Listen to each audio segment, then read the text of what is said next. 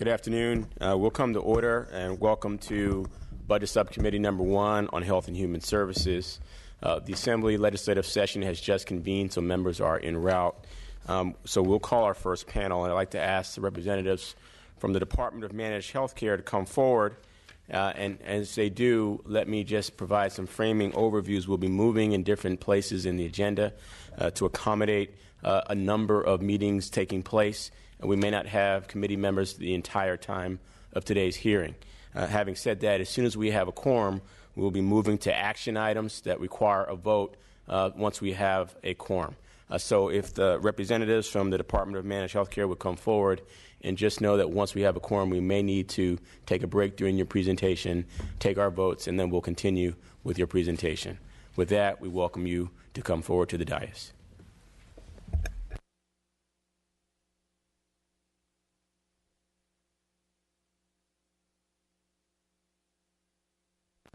If this is your first hearing this year, we just want to let you know we ask all presenters to give a high-level overview, just give us kind of the key points so that we leave the majority of the time for questions from the committee members.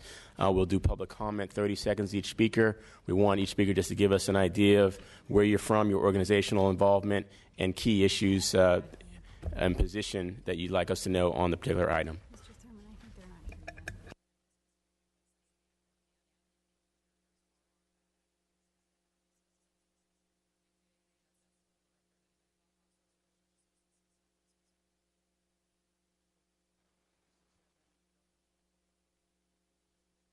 So we want to thank our colleagues from Finance and LAO's office who are here, while apparently the Department of Managed Healthcare is on its en route.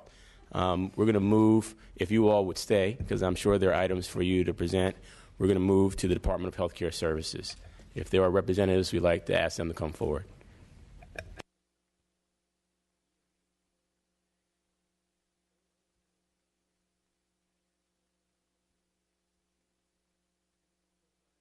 Managed care is in the house? Bring it forward. Bring it. Let's go. That's okay. We're ready for you. If you would come forward and identify yourself, and then we're ready to begin.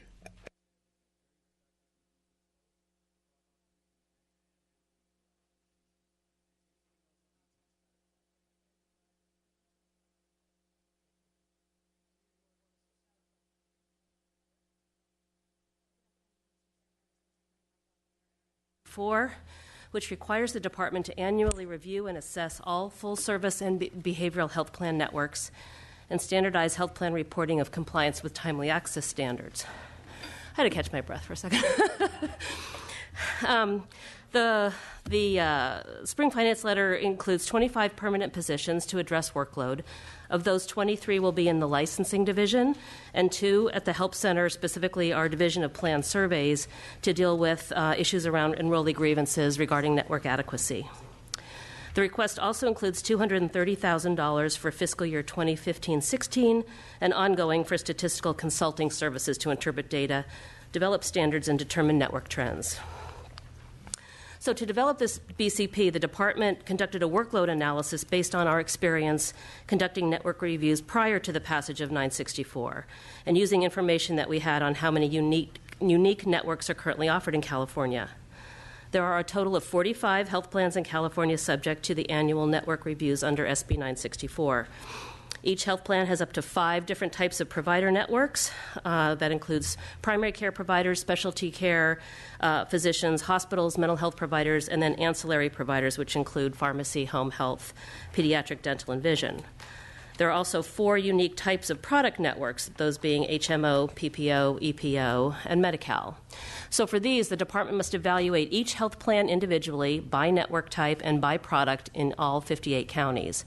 And so this equates to approximately 5,000 new annual reviews, which compared to our prior to SB 964, we reviewed approximately 500 networks, but not on a regular basis. It was in limited circumstances such as when there was a service area expansion or a new product coming on board. In addition to the annual network reviews, the department must also perform a review of each of the 45 health plans' timely access compliance reports, policies, and procedures. With that, I'm happy to answer any questions about this one, or I can go on to the next, either way. Any questions from the committee? Please proceed. Okay. The second spring finance letter requests federal spending authority of $589,000 for fiscal year 2015-16. The department received a grant in that amount in the Cycle 4 of the Federal Health Insurance Rate Review Program and in support of the Affordable Care Act and conforming state legislation, SB 1163, which was enacted in 2010. The grant term is from September 19, 2014 through September 18, 2016. $194,500 of the grant funds will be used for actuarial consulting services and $395,000 for IT consulting contract to enhance the IT infrastructure of the department's premium rate review program. The department anticipates the IT contract will be completed by April 30th, 2016, and the actuarial service contract will go through the term of the grant, which is September 18th, 2016. All funds will be encumbered in fiscal year 2015-16. I also wanted to mention that the department is working closely with Caltech on its review of our draft feasibility study report, which appears to be nearing completion. We're confident we'll have Caltech's approval prior to the enactment of the budget. With that, I'm happy to answer any questions. Is there anything from finance on these two items? Thank you, Mr. Chair. Guadalupe Manriquez with the Department of Finance. For the rate review Cycle 4 grant proposal, we would like to note that the recommended modification to the budget bill language may be unnecessary, given the progress of the feasibility study report review process. The Department of Technology has conducted a preliminary review of the FSR, and it is anticipated that the review will be completed before June 30th of 2015. Thank you. Thank you. Is there anything from the LAO's office? Thank you, Mr. Chair. Felix Lee with the LAO. We also had a quick comment regarding the federal premium rate review proposal.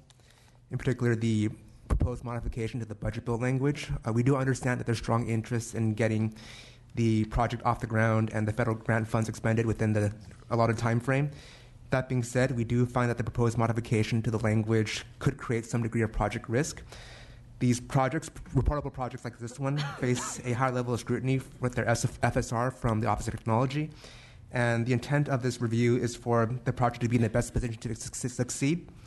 And should DMHC move forward without Caltech's approval, the project might be more prone to issues down the road. Thank you. Thank you. As this is our two items that require action and they are complicated, we'll allow the speakers and public comment to have up to 1 minute. You certainly don't need to use all of it, but we do want to give you a little bit more time if you have something you want the committee to be aware of regarding these items. Public comment. Beth Capel on behalf of Health Access California. We were the organizational sponsors of SB 964 by Senator Ed Hernandez. We traditionally support additional staff to implement the bills that we sponsored. We would just ask the committee to take into account that 25 staff is a significant staff increase for the department and commend to the committee that in future years they scrutinize whether this number of staff was actually the appropriate number of staff for the responsibilities the department's taking on. We are delighted the department is so enthusiastically implementing the law, but it is rather more staff than we think we had understood to be the need for this. With respect to the rate review grant, we support the department getting the authority to expend the money during the calendar year. Thank you. During the budget year. Thank you. Thank you. Linda Way with Western Center on Law and Poverty. We were supportive of SB 964 and are supportive of the staff's recommendation to approve additional fundings, but would also support additional data in the future. We also want to recognize the staff in its engagement with stakeholders in this process. Thank you. I'd like to ask the clerk if we could establish a roll. Would you please call the roll? Thurman. Here. Bonta, Chu, Grove, Jones. Thank you, Madam Clerk. We will go through these two recommendations and take action here and allow the members who come afterwards to be able to add on. I'm sorry, were there any questions from the committee members?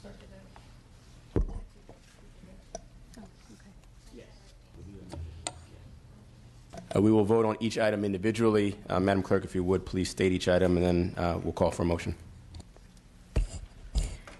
The first motion is approval of the SB 964 Health Plan Timeliness Standards Spring Finance Proposal. Is there a motion? I'll move the item. Is there a second? Item's been seconded. Madam Clerk? Out of courtesy, I'll second. We'll do a roll call vote. Madam Clerk, if you'd call the members in the roll. Thurmond, Aye. Bonta, Chu, Grove, No. Jones.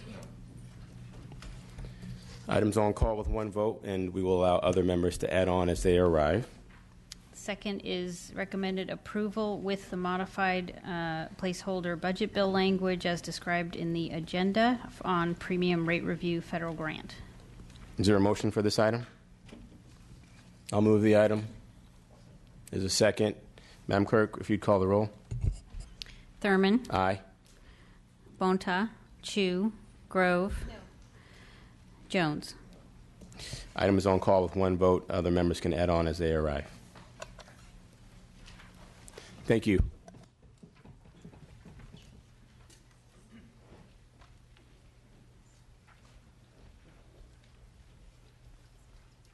I want to ask the Department of Healthcare Services if you would come forward, please.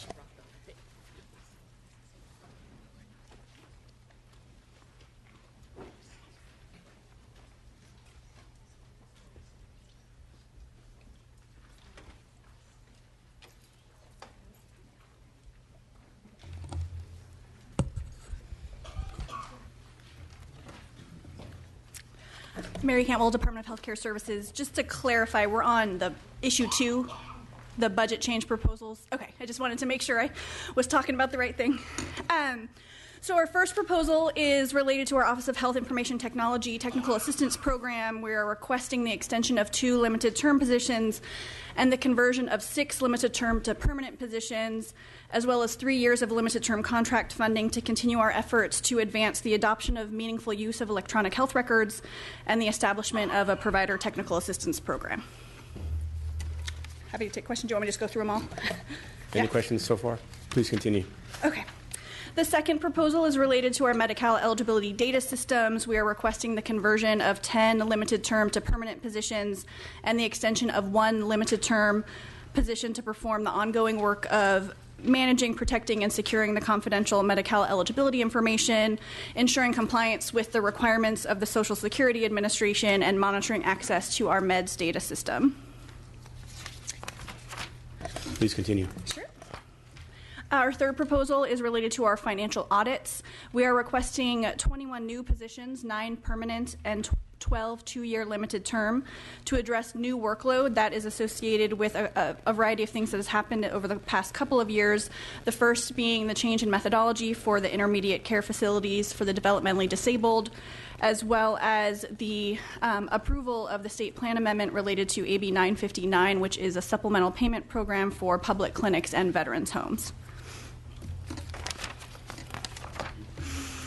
Our next proposal is related to our 1115 waiver. We're requesting that the 15 current temporary positions be made permanent for the purposes of ongoing activities related to our existing 1115 waiver and, of course, our waiver renewal that we have pending with CMS. There's also a request for contract funding. These positions perform activities related to the oversight of our health plans, contract management, and reconciliations of waiver funding with our public hospitals.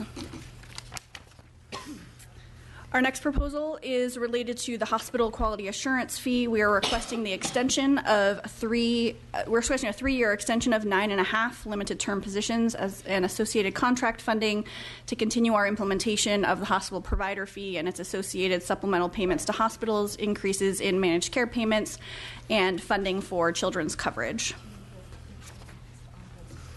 Our next proposal is related to our Medi-Cal managed care plans and the use of intergovernmental transfers to fund increased payments to those plans and therefore increased payments to providers. Our request is to convert 3 current limited term positions to permanent positions and add 2 new permanent positions, as we've seen an increase in the interest of public entities to use intergovernmental transfers to fund increased rate range payments and other increased payments to managed care plans. Our next is related to our Office of the Ombudsman, and we are proposing to add 9 limited term positions within the Office of the Ombudsman. These positions will help address the increase in call volume due to the significant expansion of Medi-Cal managed care. Our call volume increased by 71% in 2014. Our next BCP relates to the Martin Luther King Jr. Hospital. We are requesting 2 permanent positions and contract funding to meet the workload requirements associated with the state law for the reimbursement methodology for the new MLK hospital, which is targeted to open this month in Los Angeles. And then finally, the last proposal relates to a proposed trailer bill.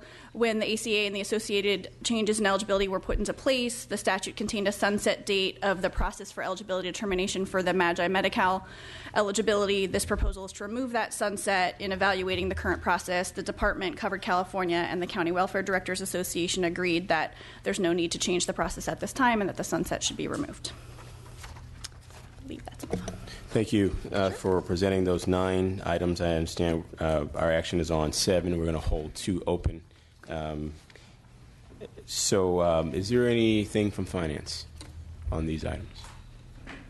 Seeing nothing from Finance. Anything from the LEO's office? Is there any public comment? We'll allow each speaker 1 minute for public comment. Sure.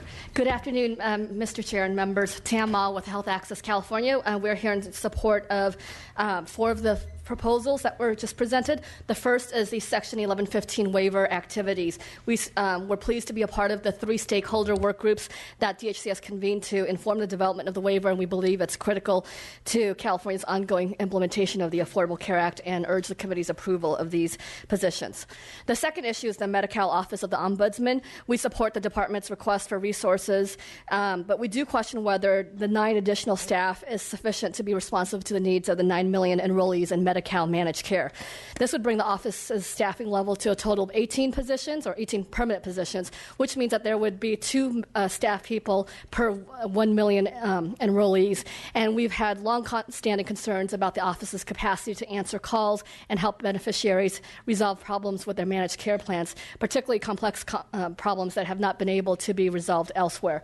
We hope that the department's new phone system will help improve services and provide data that will allow the Office of the Patient Advocate to do its work analyzing and reporting healthcare consumer complaint data from the state's call centers, including the Managed Care Office of the Ombudsman. We urge the committee's approval of this item, but we also encourage the committee to review the office's progress in implementing these staff positions to see if they are sufficient. With regards to the BCP for the MLK Junior Hospital, we strongly support this, and we are delighted that the MLK Hospital has reopened because it's a critical part of the healthcare system in the communities of South Los Angeles. And finally, on the CalHERS Magi Sunset Trailer Bill, we support the trailer bill language to remove the sunset provision. Thank you. Thank you.